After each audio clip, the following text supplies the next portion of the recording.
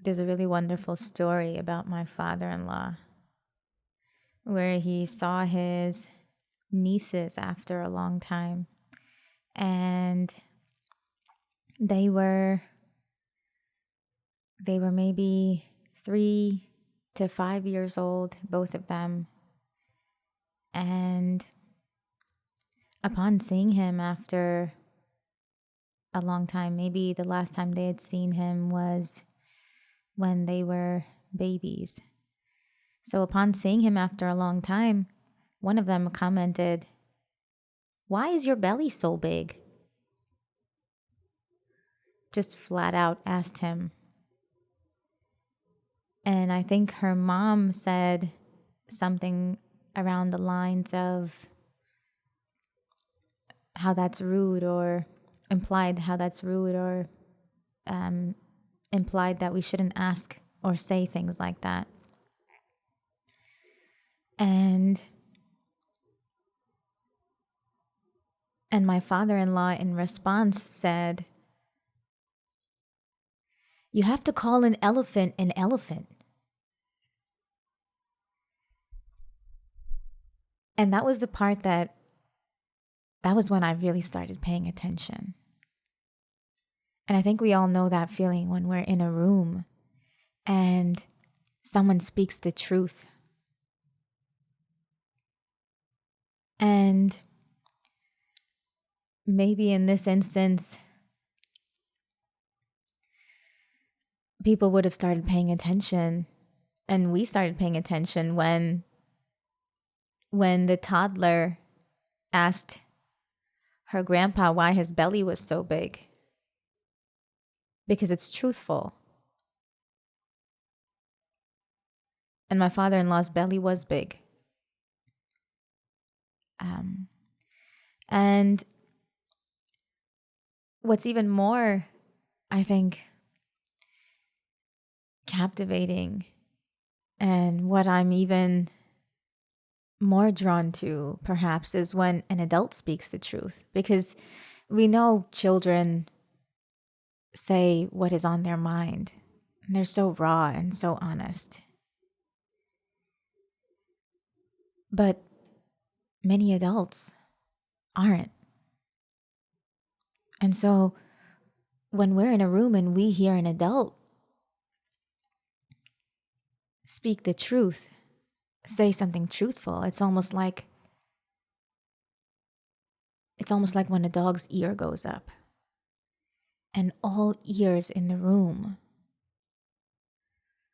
focus on that person. All ears in the room are honed in on that person who has just said something, maybe that everyone was thinking or knows to be true, but perhaps would never vocalize. And here, that person with the big belly not only accepts the truth, but then reinforces it. Yes. Yes, I even without saying so, right? But yes, accepts that he has a big belly, and then on top of that says, well, you have to call it what it is. And that's a story that I remember. I mean, there could have been so many other moments that I remembered that day, or in those few weeks that I spent with my father-in-law in one of his daughter's homes. There were so many times I could have remembered, but I remember that story because the truth speaks to me. And I know it speaks to everybody. It resonates with every cell and fiber in our bodies because we all come from that. We all know that. We know the truth when we hear it, when we see it. We can feel it. Our bodies can feel it. Our bodies know it, right? Like we all start really paying attention when someone speaks the truth. And maybe if there was another being in that room when my father-in-law said that, another being who also speaks the truth, like his son, maybe in that instance, his son wouldn't have been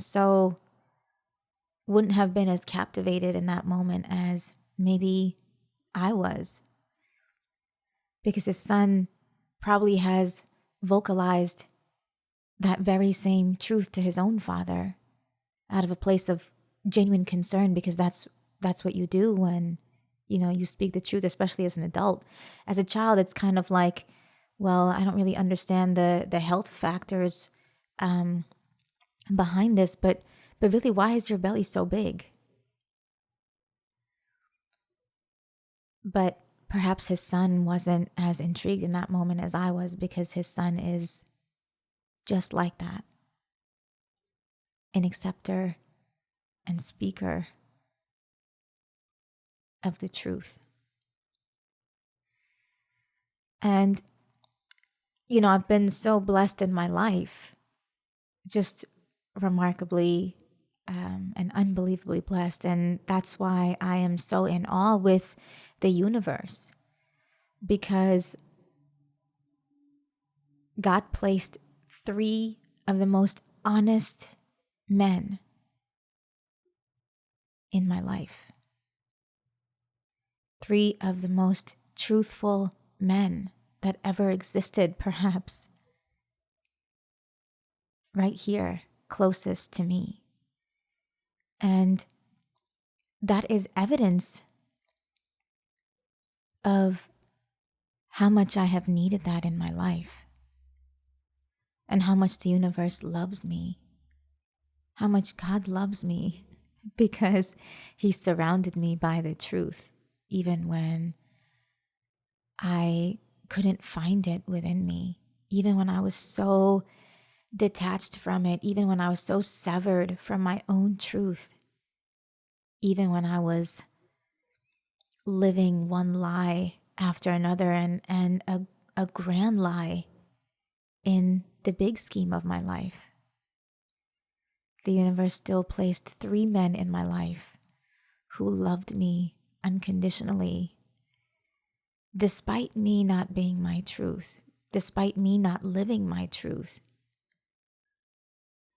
The universe still surrounded me with it.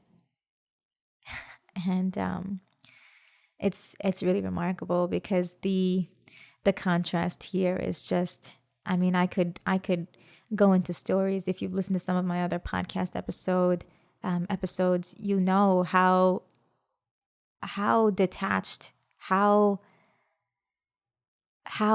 far I was from my own truth, and how suppressed that was, how much I buried it within me, and how I've had so many different personalities.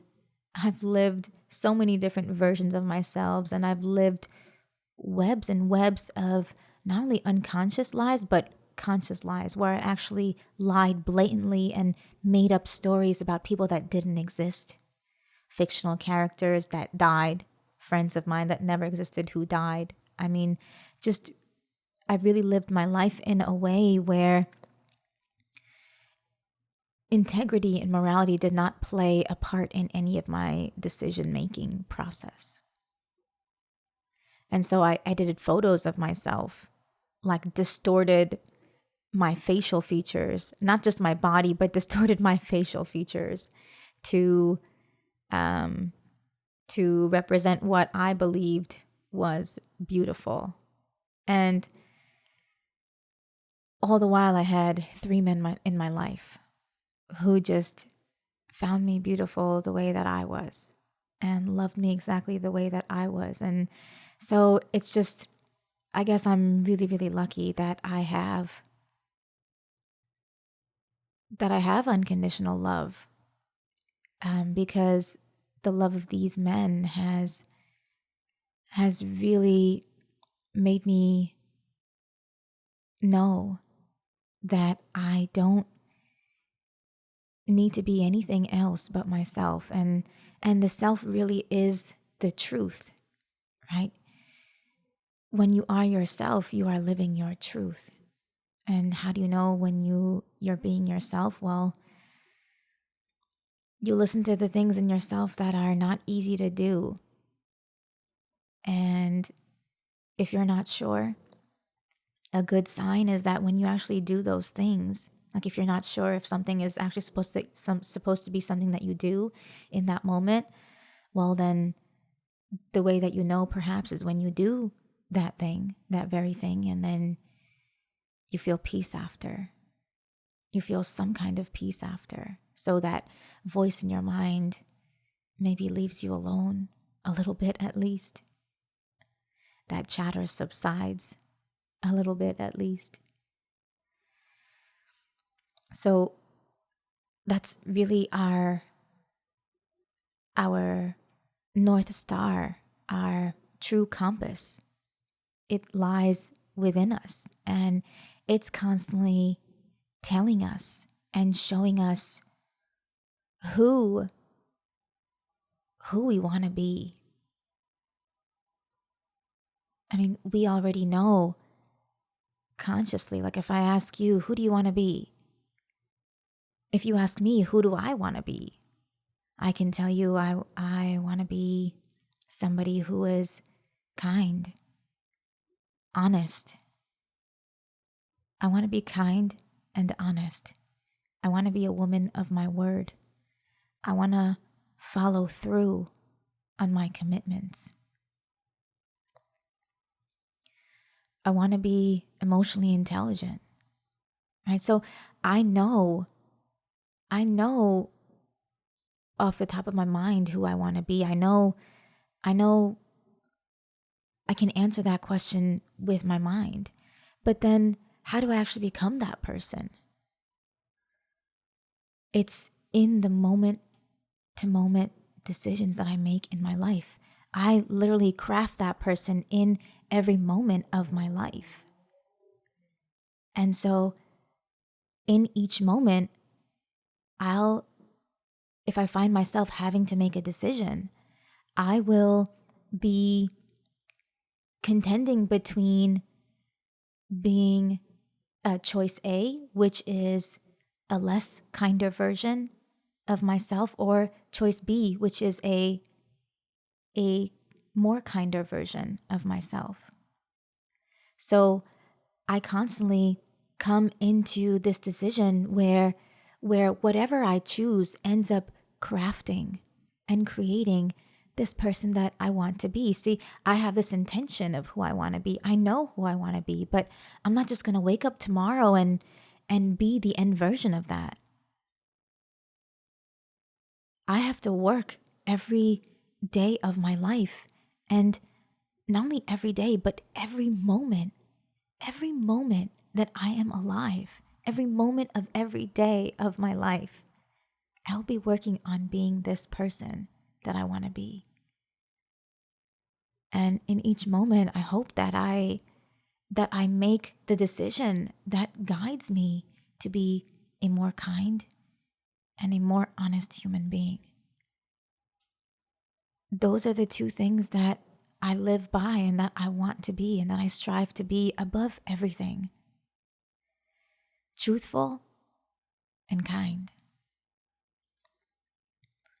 And so I was actually talking to my father-in-law just before I recorded this podcast episode. And I told him about how I'm trying to figure out how to teach these concepts, life concepts and keys to lifelong success of that involve good character and emotional intelligence and resilience and confidence. I'm trying to figure out how to teach them to young children. And so I was telling him on the phone that I'm going to pick your brain, because my father was all of these things and I didn't get to pick his brain. he's not alive anymore. He's still with me, and he's here with us, as we speak, as I record this. He's right here with me. Um, and I can talk to him. I talk to him all the time. And so that's really been a gift to me. But I guess I am not limited at all, maybe. So in addition to that, in addition to picking my deceased father's brain, I have the opportunity to pick my alive father's brain, who is my partner's father. And he embodies the truth, I imagine, very much the way that my father did, because everyone that I know, everyone in my family, speaks of my father as an honest man. They'll say, he was an honest man. And I know that to be true of my father-in-law as well. And that's definitely true of my partner. And so all three of these men, my partner, who I have known for 20 years, and I've been living with 10 years, who I've really watched day in and day out exercise consistent integrity. Who he was with me was who he was with other people, was the same person that he was when he was alone. His integrity never wavered, never fluctuated. And his father-in-law, who I got to meet in recent years, and just fell in love with right away. Like, it was love at first sight. Like the way that his son fell in love with me on the middle school bus. Like, it was love at first sight. That's the same way I fell in love with his dad. As soon as I met him, we sat down. Our first meal at dinner, his dad claimed me and just said that said in these words, I will love you no matter what, no matter if you are with my son or not. You are my daughter. And I don't know who loved each other first. I just feel like it was mutual. Like, his dad and I just as soon as we met, I'm so in love, just so enamored by this human being. And one of the things that I love most about him is similar to the story that I told about his niece who commented on his belly.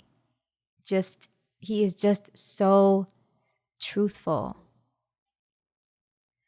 And today, when I was speaking to him on the phone, I asked him, when I was telling him about these, about values, and how they are part of the things that I'm trying to teach young kids. And I was telling him I'm trying to teach them through courses for young kids. And so I told him, I said, Dad, I'm going to pick your brain. And if you think of any values that you live by, and what experience led you to decide that that's how you were going to live your life from that point on. Because that's what my father-in-law said, that led him to live his life by his values, is experience. And so I asked him, if you think of any experiences that led you to creating those values and making those decisions about how you were going to live, how you wanted to live your life, let me know. And then at the end of the phone call, I asked him, Dad, what's the most important value in your life? And he said, be truthful to yourself.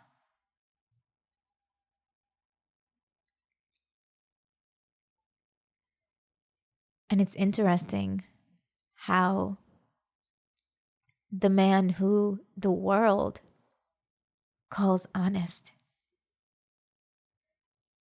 is actually just trying to do right by himself, is actually just trying to be honest and truthful with himself.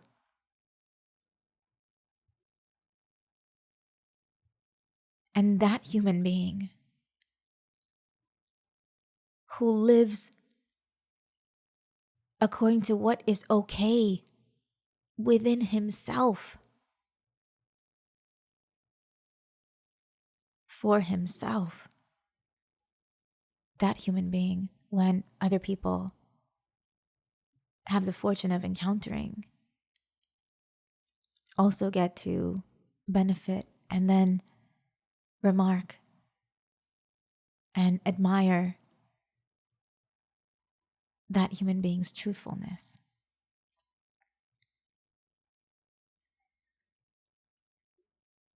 It really begins and ends. All of life is really just deciding who we want to be within ourselves, independent of anybody. And lo and behold, experience is a phenomenal teacher, the very best. And our experiences with each other definitely help us decide who we want to be for ourselves, because we get to feel within ourselves, well, I didn't really like that, or I didn't really like how I behaved with that person, or how I conducted myself, or how I conducted that interaction, or that financial decision that I made. I don't think it was fair. I don't think it was just, or it didn't make me feel good. It didn't really make me feel good telling that lie. And it really didn't make me feel good when I saw that person's face when I told them, when they found out the truth. Experience really is our best teacher. And often our values and our principle and our integrity comes from our experiences. And so my father-in-law was saying that experience for him is what led him to come up with the values that he wanted to live by. And if I think about my own life, I was dishonest for, I don't know if there was a time in my life where I was honest, but I started to become honest at the age of 31, when I first realized that, oh gee, I've been living the first 3 decades of my life in a lie, in one big lie, and then in lie after lie coming out of my mouth in each moment, right, to each person, maybe even. And so I was just lying like right and left. And then finally, after 3 decades, I realized, when my life really, which was a deck of cards at that point, really just fell apart and just vanished almost just like that, because it wasn't built on anything real. And it took me losing everything, losing my identity, which was so tied to my beloved, my best friend, my childhood sweetheart. It took all of that. It took complete obliteration of all the attachments that I had on the outside, and validation that I was seeking on the outside. It took the removal of everything for me to see and to know that nothing substantial is ever built on a lie. Nothing that can last the test of time is ever built on a lie. It's just not possible. Sooner or later, it will crumble. And you know what's even more, what cuts even deeper than that, what touches me, what moves me even more than that, are the consequences between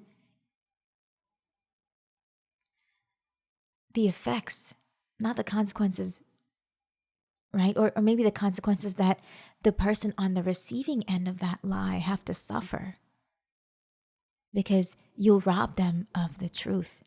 You rob them of the opportunity to make a different decision that they probably would have made, or they might have made if they had known the truth. For example, I told my childhood sweetheart when we were really young, like a few years after we met, that I had a boyfriend who was imaginary and that my mother had found me in bed with this boyfriend. And I said these things to make my now partner jealous. And I said these things to make him want me, to make him desire me. And the story is completely fictional, by the way. I never had a boyfriend. And my partner is actually the only person that I've ever been with my whole life. So I never had a boyfriend. My mom never found me in bed with anybody. I never wasn't even, I don't think I ever was in bed. I wasn't in bed with anybody. I've never been in bed with anybody. And so the reason that I laugh is that there was another memory that came up, but I've never actually slept. I've never had intercourse with anybody. So, except for my partner. And that was much later. So when I was younger,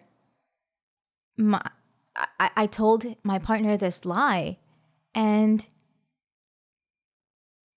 it changed the course of both of our lives.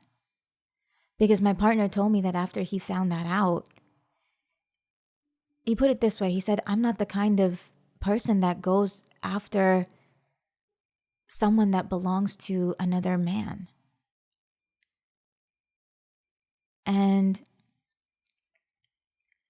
And I could look at that in so many ways. And I can look at that as part of that being a pride thing, right? Part of that being a pride issue where I don't want something if it's, if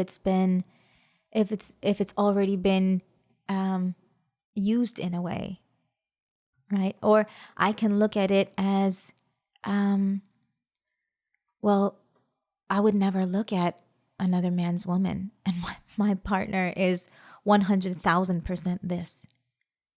He would never even think about another man's woman. I could look at that as, I could look at that situation of me being in bed with someone else as my partner thinking that that because I had a boyfriend, or or maybe I still have feelings for this person, and he wouldn't want to get entangled in that situation. And so it really ultimately comes down to how he wanted to live his life, and the decision that he made for himself, right? But what I intended as a story to create jealousy within him actually, and make him pursue me, actually had the opposite effect. And actually it drove him in the opposite direction. So, and I think that it's possible that it did, because my partner told me that, we liked each other. He liked me from the moment that I walked onto the middle school bus, and I moved into his neighborhood, and I think he liked me pretty soon after that. But because I had told him that this story, and I told him about how I had an ex-boyfriend, and all this was to make him jealous, but it actually made him pursue somebody else. Changed the course of both of our lives. This lie. this lie changed the course of both of our lives. And in hindsight, I know that my partner pursuing somebody else actually made him better for me. That his relationship that came before me made him better for me. I 100% know that. But still, what if I had told the truth? What if I had just said that I want you? I want to be with you. I love you. I want to live my life with you. And I know we're only 13, but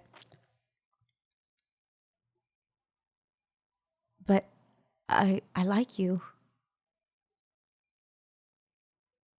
I like you. That would have been enough. Just saying that I like you.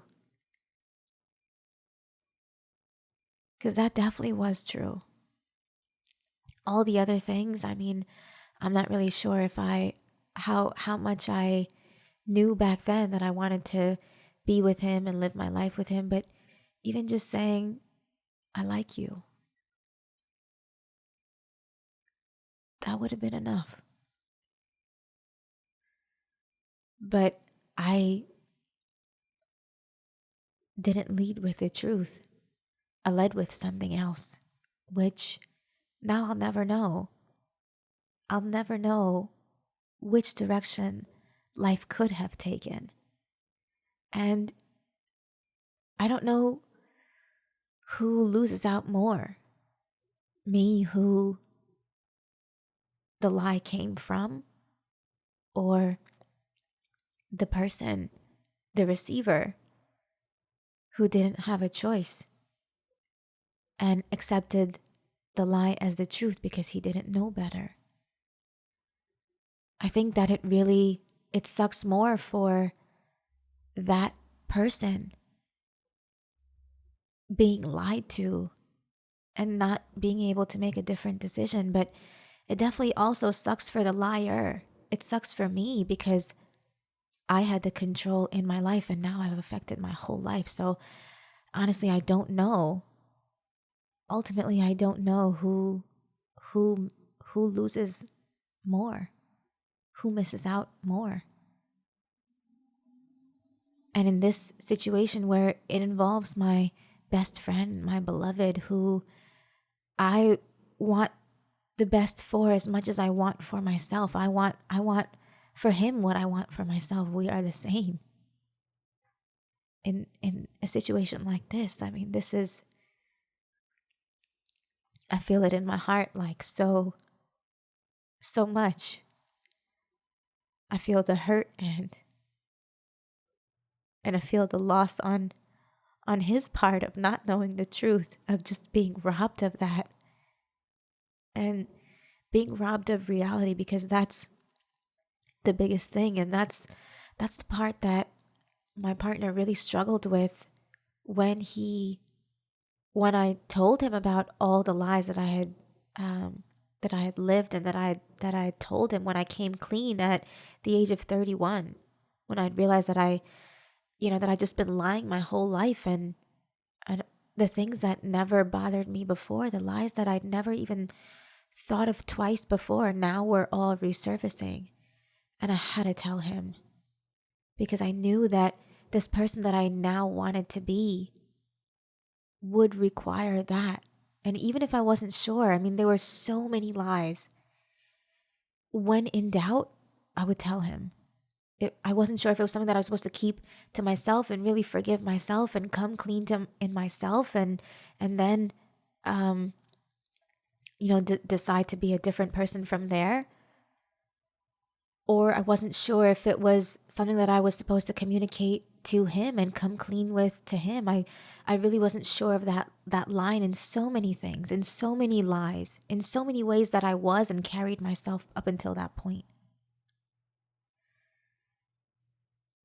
And because I wasn't sure, I just developed the rule at that time that when in doubt, tell him, come clean.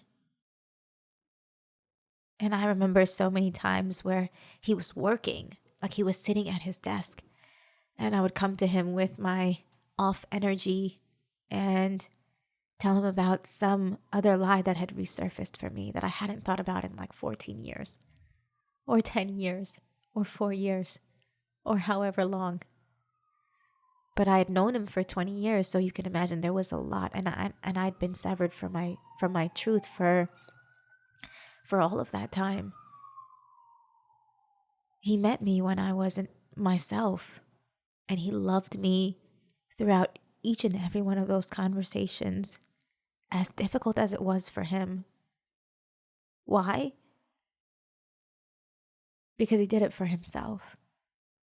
I know that he couldn't do any of those things for me. I know that he couldn't forgive me for me. I mean, there was a part of him that he would often say that even if it was really difficult, which it was, that there was still a part of him that recognized that I was speaking the truth.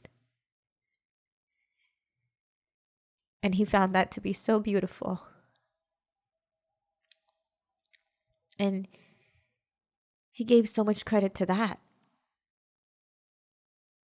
And it's no surprise. I mean, of course he would, because he's a man that lives and speaks the truth.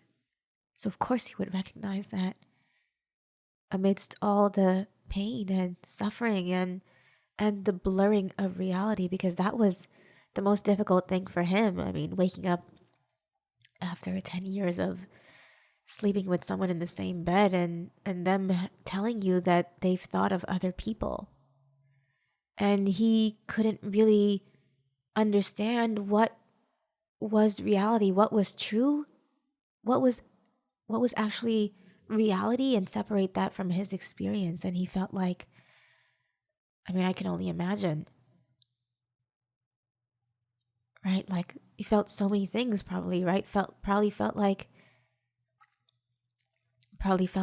a fool. Probably felt like, how could I let this be? How could I let this happen? What was I thinking? Did I not really know the truth? Was there something inside me that truly knew but chose not to look?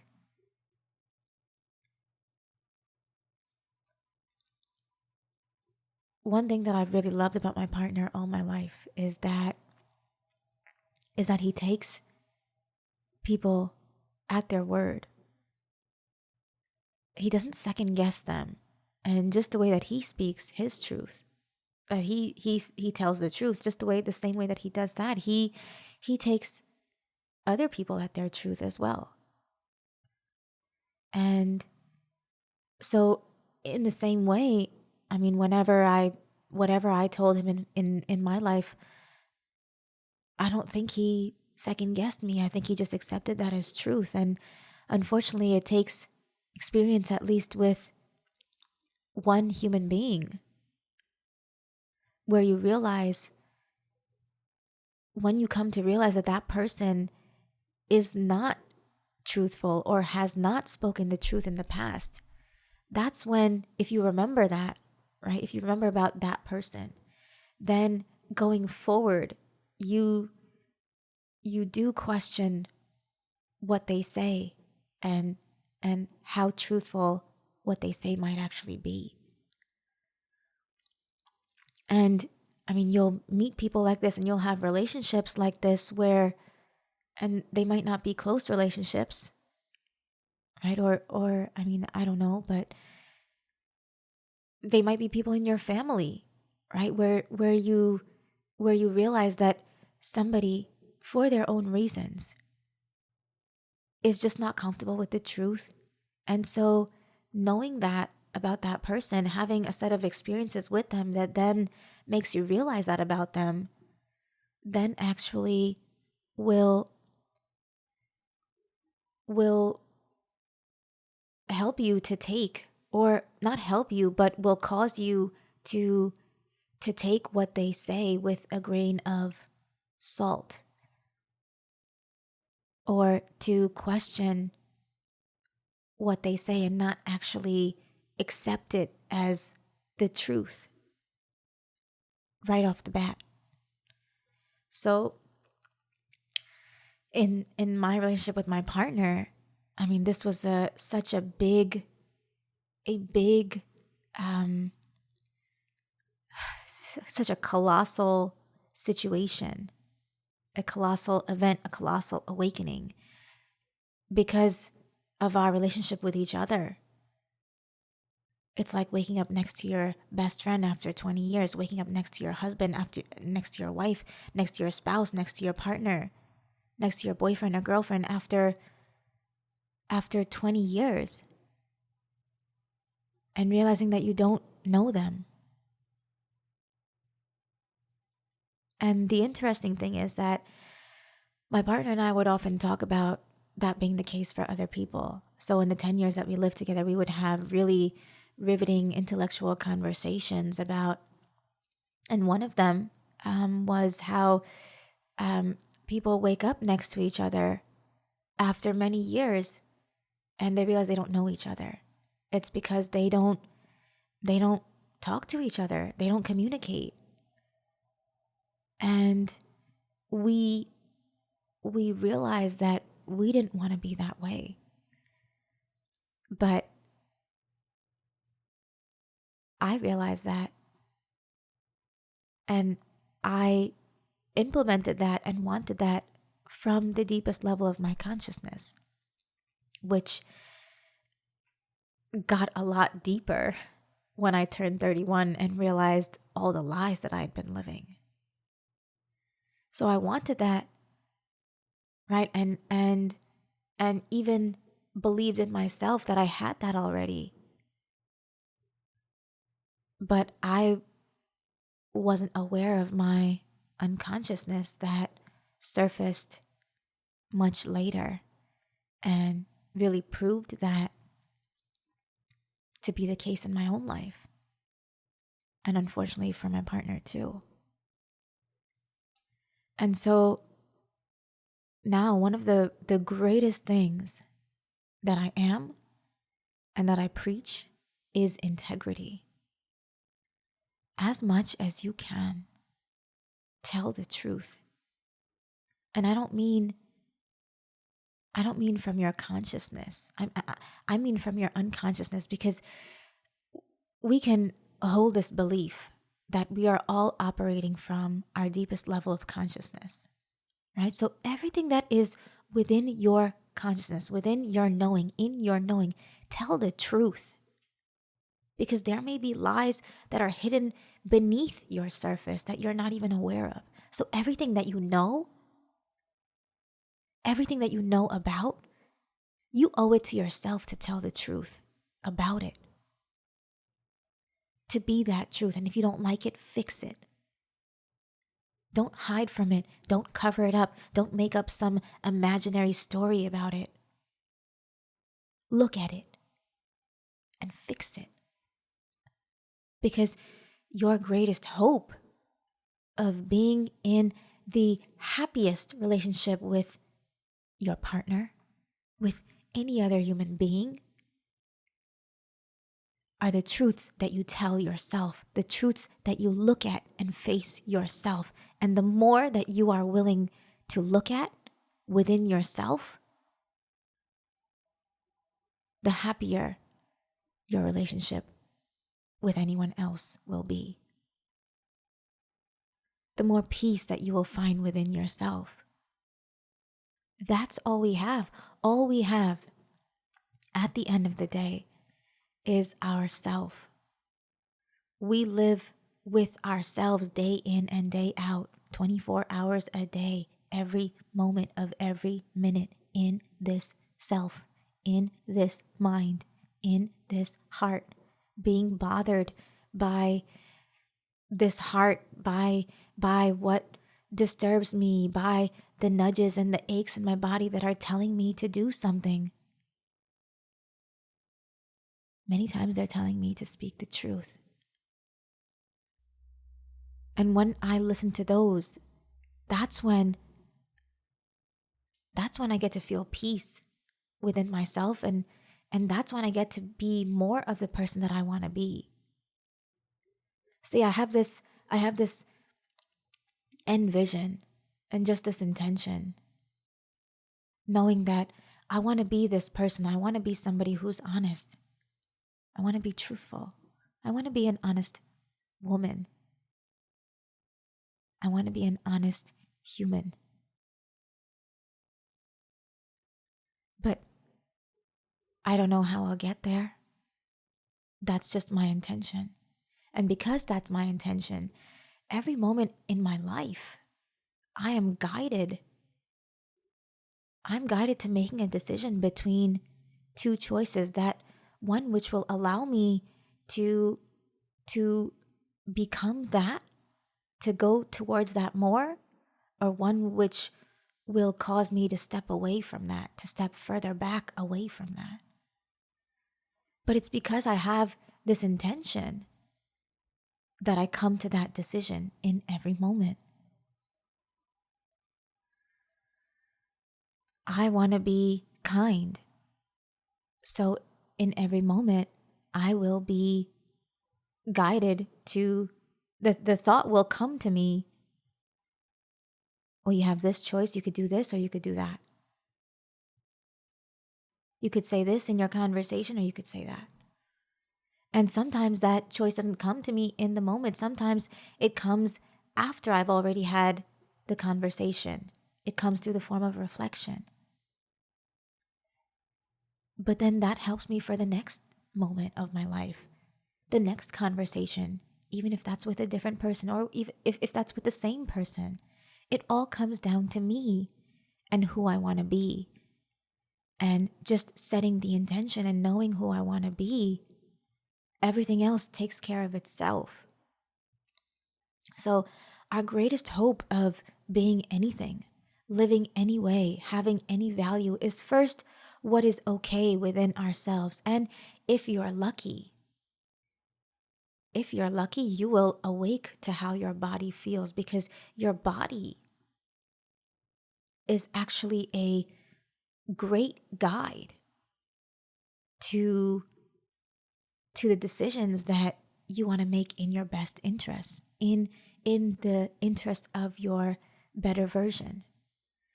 Your body, if you are sensitive to the tension and how the anxiety manifests,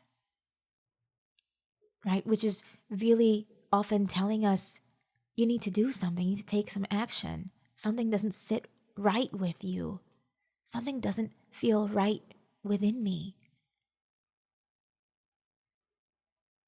And I need to do that thing. What will make me feel right? What will make this go away? This sensation in my body. And when I ask that, I'll have a response within me, some kind of feeling, right, that will tell me what I need to do. And when I do that thing, I feel peace. Now, if I don't do the thing that is a better decision of the two, then my mind continues, I found that my mind continues to ruminate on the situation. So the way in which I judge peace, at least for the purposes of this conversation, I'm not quite sure of how I think of peace in a different context. But peace, if I think about it, is a quiet mind. And so when I do the thing that I get the feeling inside me is telling me that I should do, then my mind quiets down a little bit at least. That's how I know that I did the thing that I was supposed to do. Because in times where I haven't, my mind has continued, its chatter has continued to ruminate, and the sensation in my body has not subsided. So often, many times, it would actually get worse. The tension in my chest or elsewhere in my body, the feeling in my stomach. And it actually became my prayer at one point for the voice within me to get so strong that I would never be okay with the less than better decision. I pray for that. And that voice, I guess, doesn't speak through my mind because, well, my mind is just constantly, it's yapping away. And even if the truth was somewhere in there, I don't think I'd be able to discern. I don't think I'd be able to tell it apart from all the other chatter. So I'm grateful that the truth doesn't come to me through my mind. It comes to me through my body, through my heart, when I really connect to my heart. And I ask and think about, well, what is the right thing to do? The answer doesn't come to me in words often. The answer comes to me in feeling. And when I follow through, that's when I feel better.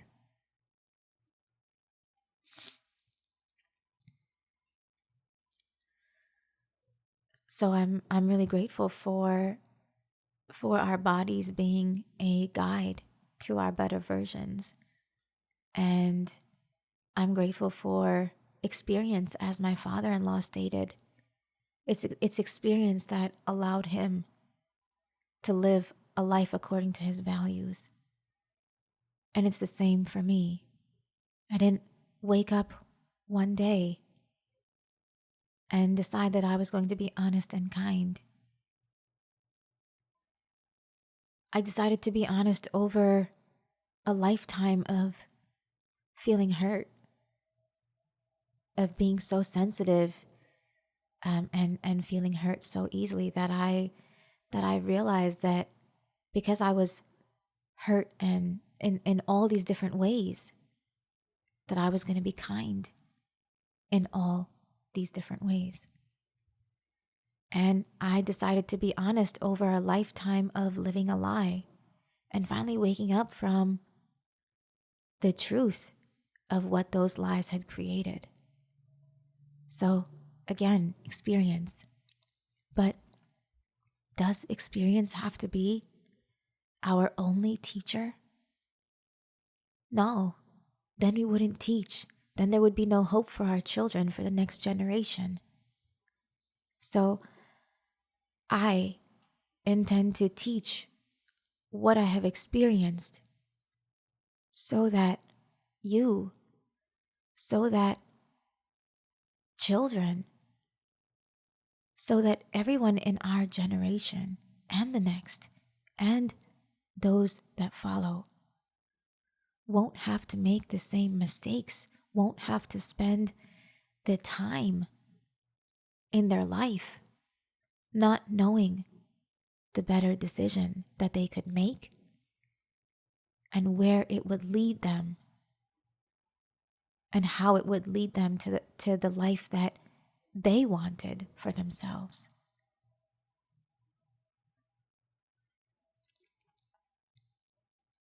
I don't want to believe that experience is the only teacher. I don't want to believe that you have to go through something and suffer for you then to really make a better choice in your life. Because then what's the point of having each other? What's the point of books? What's the point of people's stories? You can learn. You can avoid mistakes that other people have made. I mean, why would you make them if someone else has already made them and clearly lays out for you where it led them and where it could lead you?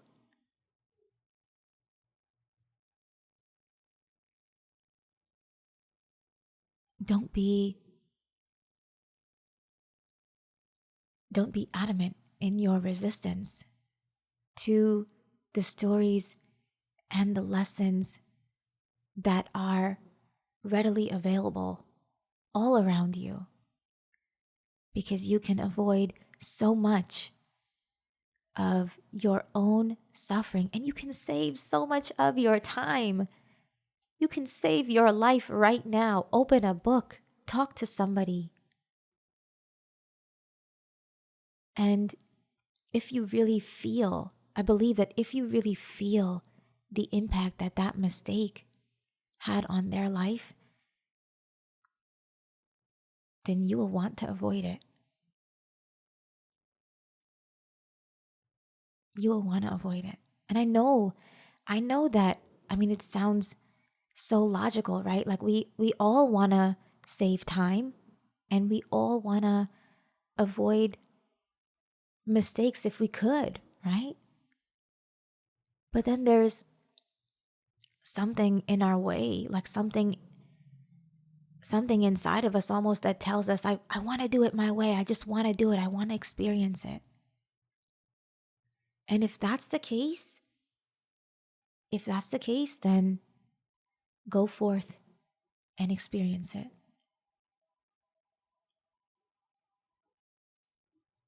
But if it sounds good enough to you or bad enough to you, where you don't have to experience it, you don't want to experience it,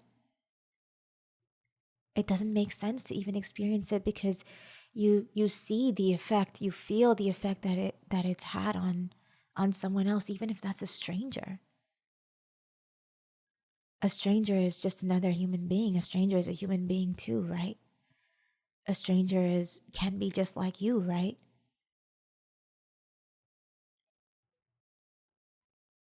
If you feel like you don't need to have the experience, and that you can have a different experience, and that you'd rather have a different experience, then have the different experience. Have the better experience for you. And that's not to say that you decide to have, the other experience, you decide to actually experience it for yourself, and that doesn't teach you, um, you know, great lessons, and even things that you might not have learned if you didn't go through that experience. Maybe that's why you need to go through that experience, right? And maybe that is the better experience for you. But what I wish for you is what I wish for myself. And if I could go back, not go back, because I know that, I who I am today is a result of who I've been and how I've lived every moment of my life. But for a human being, for a human life, you would want certain things, right? Like you would want certain things for your child. I would want my child to be introduced to values and integrity from a very young age. I would want them to grow up in that.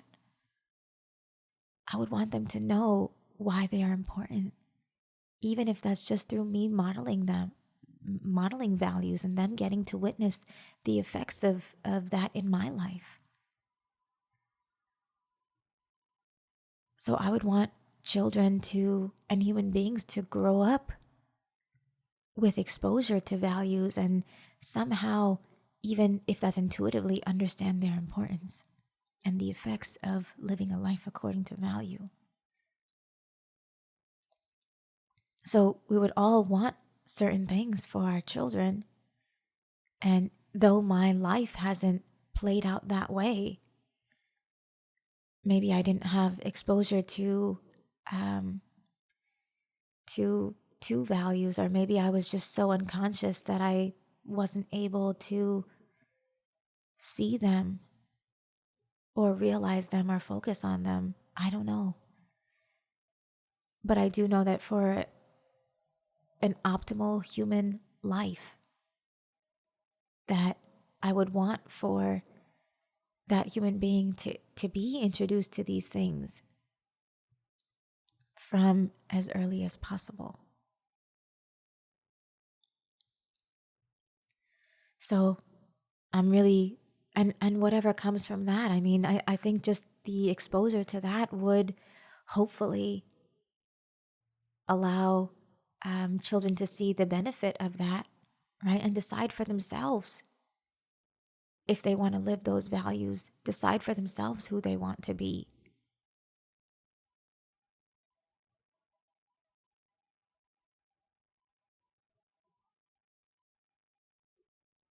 I think that we can learn a lot from each other.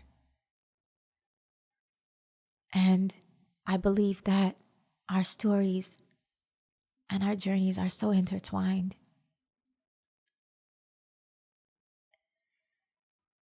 And that's why we are capable of such impact. That's why one human being, through their story, through the sharing of their story, can impact the entire world. It's because we are all connected. And it's my goal from here on in my life, from just the making of this podcast episode, this very episode, it's my goal to learn as much as I can from the experiences of others so that I can save my time, save my time in my life, and so I can avoid mistakes that other people have already made. That sounds like a great deal. That sounds like um that sounds like something I would really love. That sounds like something I really want. And if I could do that, it seems like, I mean, and we all can, right? If I could just do that for myself, it would seem like I got the good end of the deal. I gave myself the good end of the deal. I gave that to myself.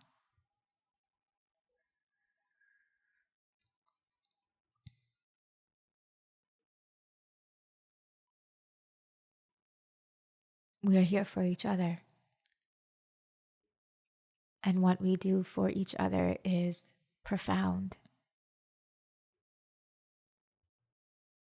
We are all just walking each other home.